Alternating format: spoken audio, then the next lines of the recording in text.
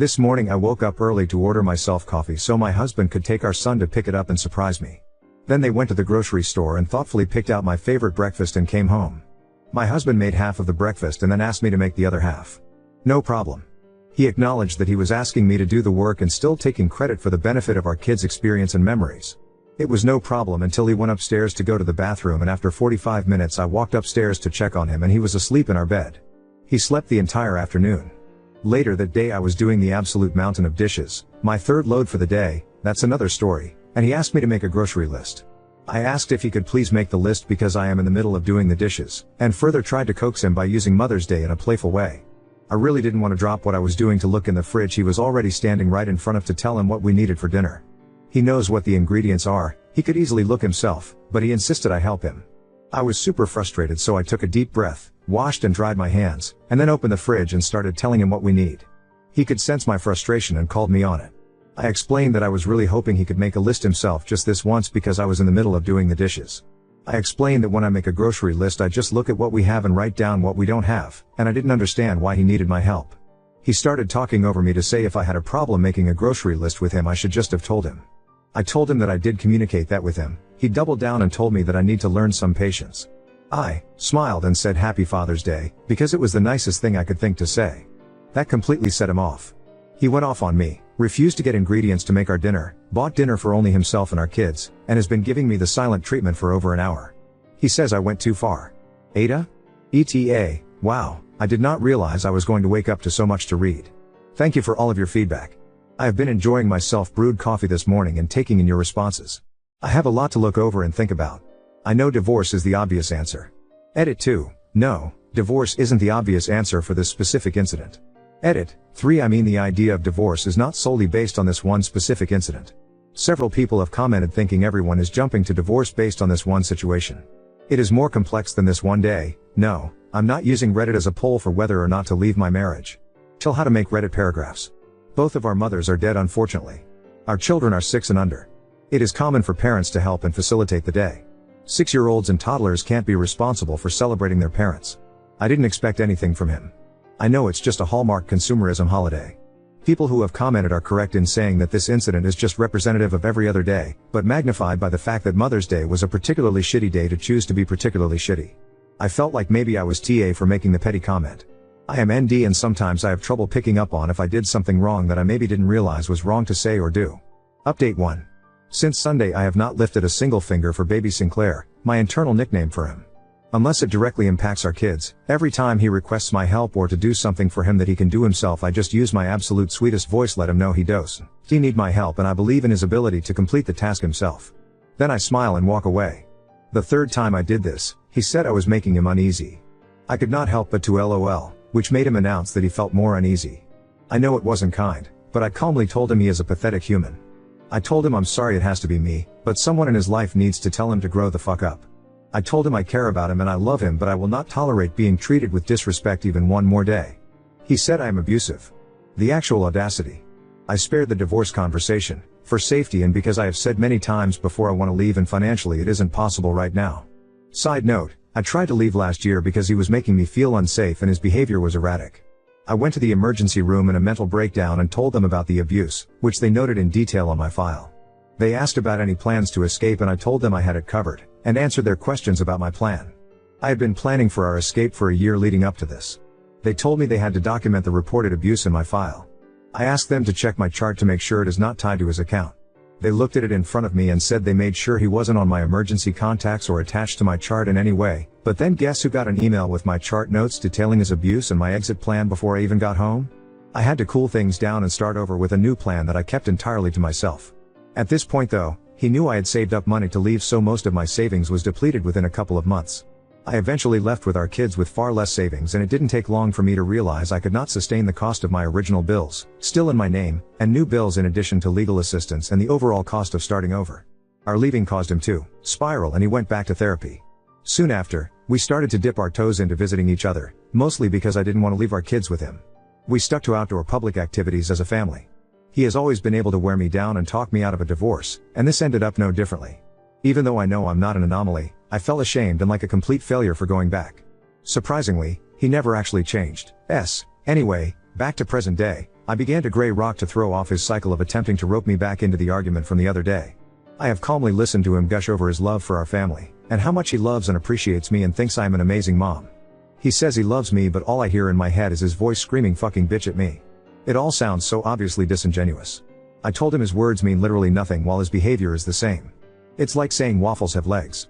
It sounds unbelievable, and if I don't see it with my own eyes, I'm not believing it. I told him regardless of if in the end we stay together or not, we need to go back to therapy as a duo and separately. I told him he needs to take steps today to move forward with therapy and treating his mental health appropriately. He agreed, but no evidence of walking waffles yet. I am surprised at my ability to completely refuse to do anything he can do himself. I'm more surprised that he's actually doing the tasks himself. I have tried this before and he ultimately bullies me into doing the task. Not this time. He keeps complaining about his results in ways that are so juvenile and manipulative, always leaving the impression that if I had just done it for him it would have been done correctly. I just smile and tell him he did a good job with the task and tell him that it sounds like he needs more practice and eventually it will become second nature.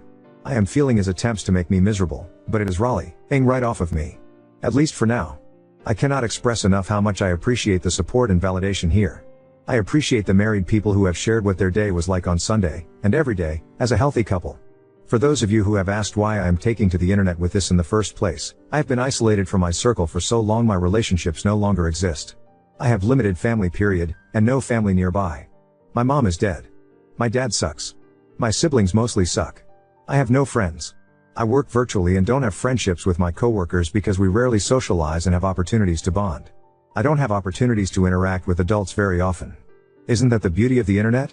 Despite my logical brain, years of gaslighting along with my neurodivergence have made it sometimes feel impossible to trust my own judgment. If you are offended by me posting this and have taken the time to voice your disgust for me in my post, I just want to let you know I have processed your complaints and directed them to the correct department. Update 2. First, since Mother's Day he has not shown any sort of attempts for progress. Surprise. He has lost his control and repeatedly called me a fucking BTCH and other awesome pet names for his minor irritations towards me. Example, I asked him if he wanted my help bringing in groceries. Apparently he wanted to do it himself to let me relax, and my offering ruined his plan, so he was essentially throwing an adult version of a tantrum. I explained that it doesn't feel like a genuine gesture, especially because now I'm being yelled at for offering to help?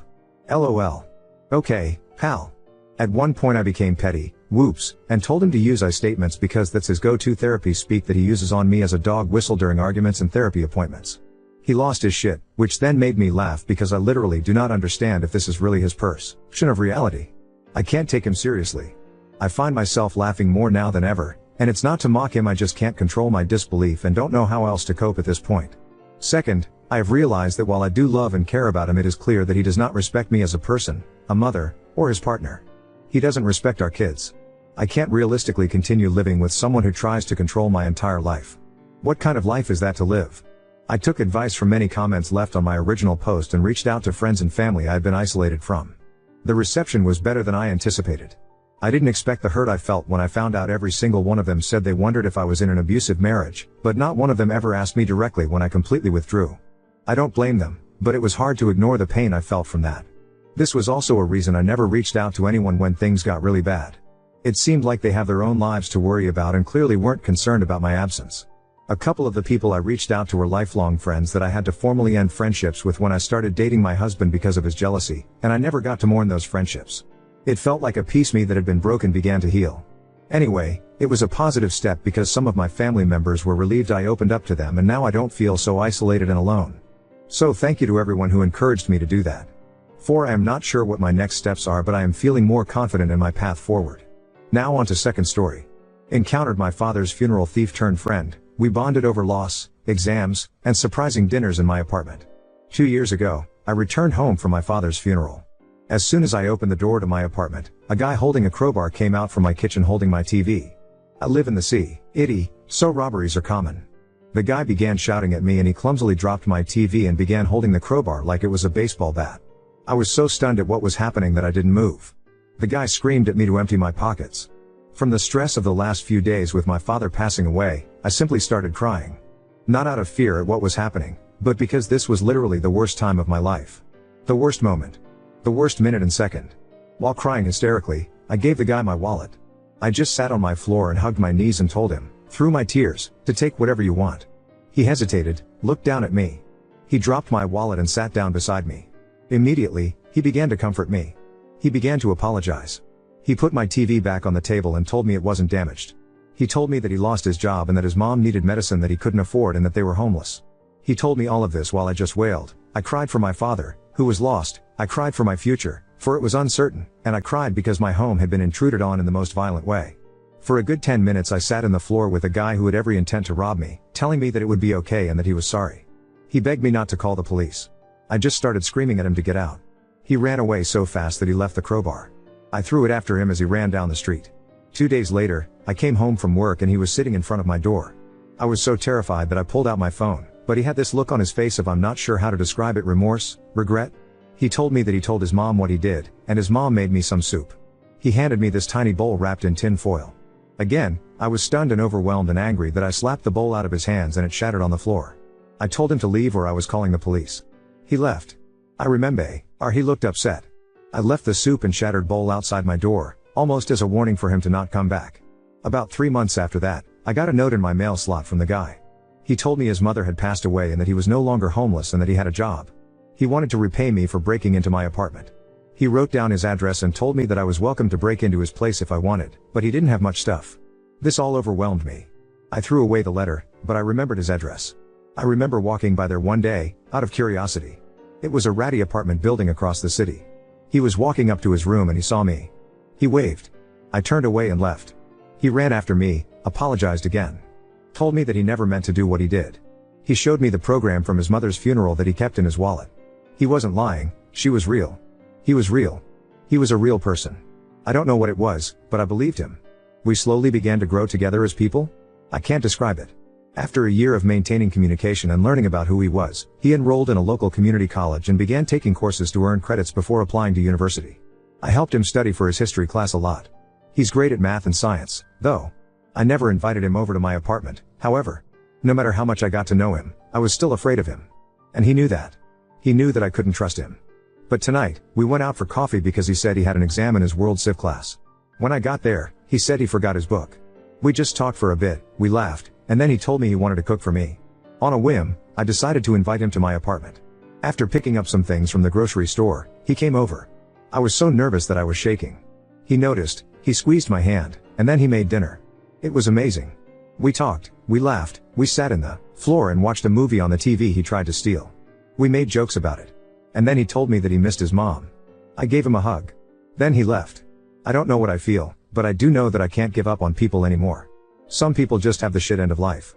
Maybe things have a way of working themselves out? And I miss my dad, too. Update 1.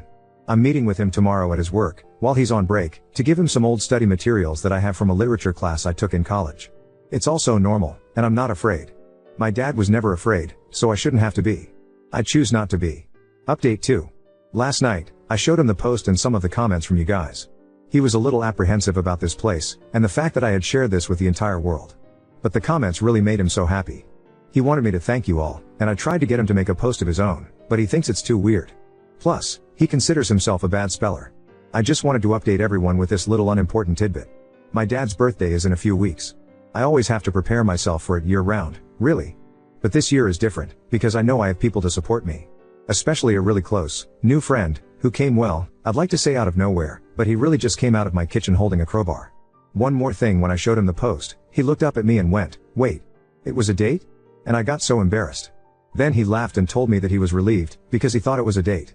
We haven't talked about anything else along the lines of dating in the future. Update 3. I cared about him. I cared for him. I did, I can't deny that. In January, right after the new year started, I got a phone call at 2:30 in the morning from him. He was in jail. He and 2 of his friends were arrested for public intoxication and possession of drug paraphernalia. He wanted me to bail him out. I'm a teacher living on a teacher's salary. I said no, I couldn't. This is when things fell apart. Before then, he and I had been incredibly close. We spent Christmas together. I didn't have enough money for a plane ticket home, so I stayed in the city. He came over, we cooked, watched movies. Before Christmas, we spent Thanksgiving together. I helped him study. I helped him get his finances in order. He had no idea how to do taxes and how to do all of the adult stuff, as he said. But I noticed I started doing things I didn't normally do. He would come over in the middle of the night, visibly panicked, and ask if he could stay with me. I let him, no questions asked. I stopped asking questions because I wanted to believe that he was good and everything was fine. He started asking me that if others asked about him if I would lie and say I didn't know him. This scared me, but I assumed it was about work stuff. I wanted it to be his work stuff. He was released from jail about a week later. He didn't talk to me. I called his apartment. Nothing. I came home from work one day and a woman was waiting outside my door. She appeared disheveled. She was wearing a tank top and flip-flops in mid-January in the Northeast. It was cold. When I tried to key into my apartment, she started verbally attacking me. She told me to stay away from him. Like she owned him. She told me that she knew what I did to him. And that I would get what's coming. She left. I was scared out of my mind. Before calling the police, I decided to call his apartment one last time. He answered. I told him about the woman. He apologized, said that he was seeing her. He didn't intend for her to come over and interfere. But that led me to another question. How did she know where I live? And how many others had he told where I lived? He hesitated before answering. I remember that. He just said he was sorry. I immediately packed an overnight bag, grabbed my most valuable items, and went to stay in a hotel. I used my credit card, my only in case of emergencies card. Because I no longer felt safe, because of him. I came back to my apartment the next day. Everything was fine. He came over to apologize. I told him to get out. I started crying. When I'm angry, I cry. He tried to hug me, but I remember picking up a piece of wood. I had a dismantled IKEA shelf, to protect myself. I demanded to know what he was doing. He told me he was selling drugs. He told me that he had to do it because he knew people that would hurt him. Lies. I guess. I don't know. I told him to get out, never want to see him again. Etc. etc. He got angry, threatened to come back with his friends. I was racked with guilt for trusting him. He apologized again, said he was sorry. I was questioning everything about him. I pushed him out.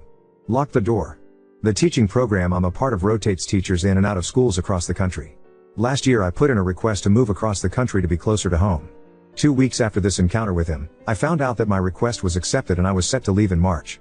My apartment was broken into and vandalized in early February. At night, he would come and knock on my door. I would call the police but he would always leave before they got there. His guys started harassing me. Nothing was ever stolen, just broken. They broke a glass bottle my dad made for me when I was 6. He knew how much that meant to me. It was shattered. The week before I left, I saw him outside my building. I called the police. He was walking over to me, and I remember having this fiery rage in me. It was this impassioned, red, angry heat that washed over me and I took my keys, which are on a lanyard, and I just started hitting him. I ended up cracking his eye socket. When the police questioned him, they realized he was the one that was harassing me. He was wanted for a myriad of other charges. After he fell down, after I cracked his eye socket with my keys, I started kicking him. I wanted him to die. I really did. Then I thought about what my dad would think. But then I realized, I'm not my dad. I will never be him. I'm different. This is different. People are different. Not all of them are good. But some of them are. I am good. I am a good person. Right now I'm sitting in my new apartment in a brand new city. It's warm. Rent is cheaper. I live in a neighborhood of old people. They're nice. They love that I teach kids. It makes them feel safe, I guess. Some days I leave my front door open and let in a breeze. I'm never afraid. The beach is literally a 7-minute walk, I've timed it, from my back door. I'm happy. So I'm putting this to rest. It's done. It's over. I'm tired. I'm posting this and not checking back anymore. I just wanted to tell someone, because no one in my personal life even knew this was happening.